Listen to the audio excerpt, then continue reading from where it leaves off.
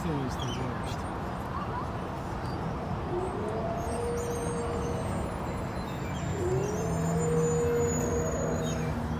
You looking at the dinosaurs now?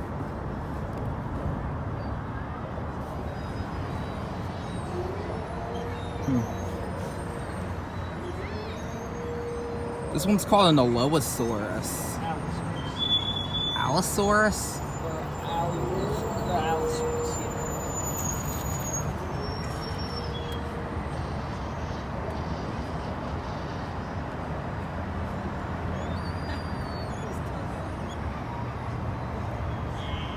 Can you hear it?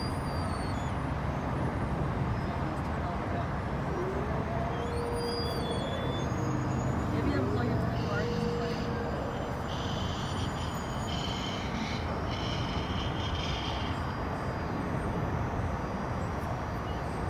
That one has feathers.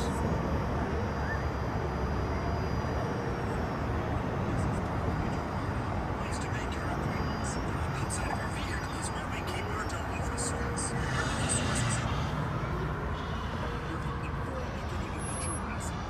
Around 200 million years ago. Now, a lot of people have ideas of Dilophosaurus spitting poison or venom or acid, and a lot of the pictures and toys show them with a big frill around their neck. Well, unfortunately, the movies that this idea comes from used what we call artistic license, Potosaurus. which is just a fancy way of saying they just plain made it up. We don't know for sure that some dinosaurs didn't spit poison, but we don't have any reason to think that Dilophosaurus did. There's also no evidence that they had that colored ruff. The frill is seen in other creatures when frightened, like a frilled neck lizard or a wild William Shakespeare, but not in Dilophosaurus as far as we know. Who can name the dinosaur here covered in plates? If you said Stegosaurus, you're right. Stegosaurus is a Jurassic plant eater whose back, neck, and tail were covered in bony plates. Stegosaurus had a special weapon. Along its tail, it had a set of spikes called a thagamizer that it would use to defend itself from predators. And the predator it had to worry about the most was Allosaurus. T-Rex isn't the only scary meat-eating dinosaur we have here at Jurassic Quest. Allosaurus was one of the larger predators around in the late Jurassic. Allosaurus had long arms for a theropod with big, hooked claws. These could help it grip onto its prey while it used its serrated teeth as its primary weapon. We know it used its arms because scientists have found signs of microscopic stress fractures on the bones of their forearms. This happens in bones when a person or an animal is using force to move heavy weight with their bodies. They might have used their arms to keep prey from getting away, or possibly to hold onto a Stegosaurus's tail to avoid getting hit. The little guys in the scene are called guanlong. They're an early member of the Coelosaur family that lived in what is now China. The Coelosaur family was made up of mostly small predators, but as time went by, some Coelosaurs eventually became a bit bigger, specifically Tyrannosaurus Rex. The big, long-necked dinosaur in this scene is a Patasaurus. Is that the Patasaurus? Patasaurus is what we call a sauropod, or a long-necked dinosaur. Sauropods were the biggest animals to ever walk on Earth. In order to get that big, sauropods had to eat all the time. To eat even more, these long-necked giants didn't even waste time chewing, but swallowed the leaves from trees whole. But they had a special... Hold on. When some kind of insect flew into my car, it felt like a real story. Turn off all the other phones except for mine. It's not my connected. phone. It's My connected. phone is on. Your phone I couldn't get working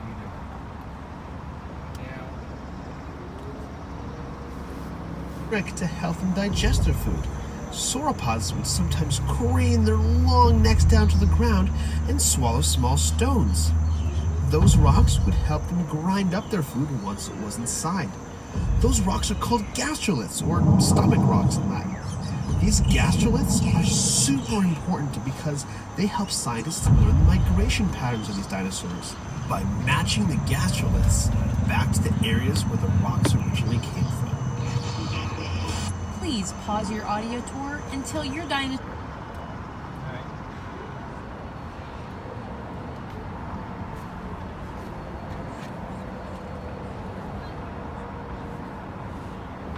When a bug flew into my car, Yeah, what happened? I got like scared because I wasn't sure what it was. Oh. That was sound widget. Is that what it's on? Yeah, but I have it here. I'll keep my phone very steady.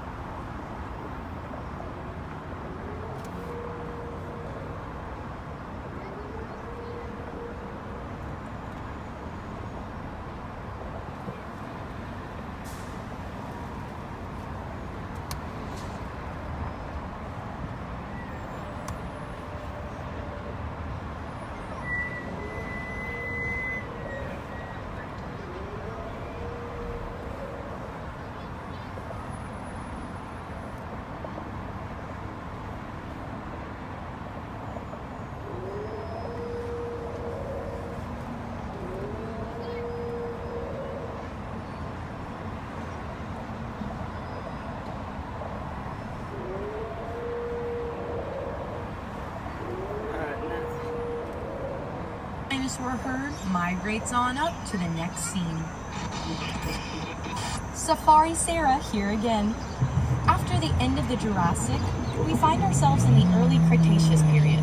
The Cretaceous was the longest of the three periods of the Mesozoic. The Cretaceous period saw all kinds of strange new life forms, including weird new plants that we call flowers. We're starting off in what is now England. That's an iguanodon. Roughly 120 million years ago. The duck-billed dinosaur you see is what we call an iguanodon, and it's one of the first dinosaurs to be discovered and named. Some of you might have already guessed that iguanodon means iguana tooth. When iguanodon was discovered in England, no one had ever even heard of dinosaurs yet. So when it came time to name this bizarre new animal, the only similarities anyone could think of were that its teeth kind of looked like the teeth of an iguana, only bigger. The very first drawings of iguanodon depicted it as a giant iguana-like creature. The animal it's next to is Baryonyx.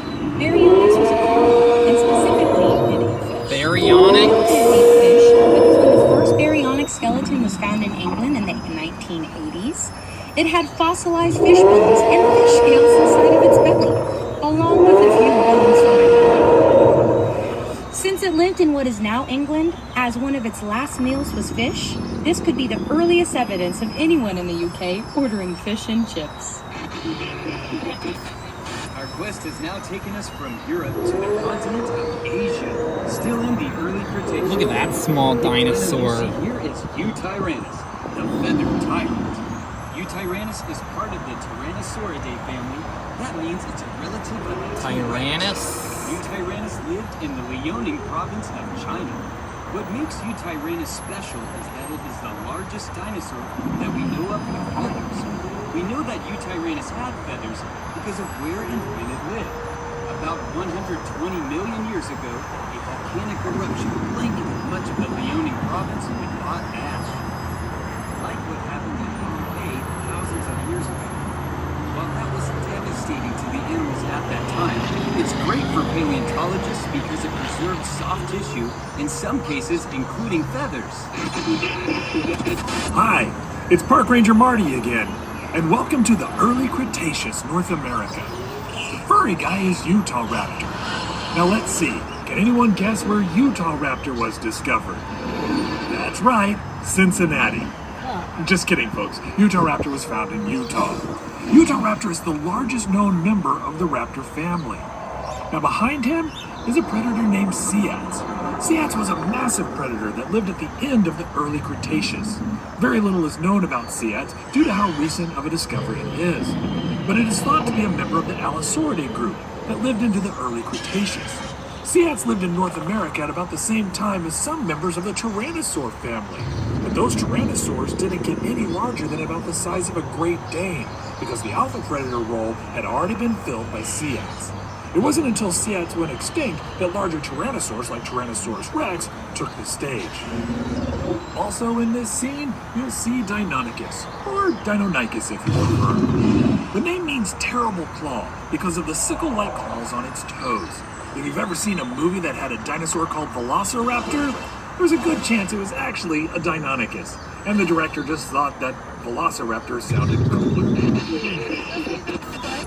Make sure to pause your audio tour until you reach our next dinosaurs. But they were about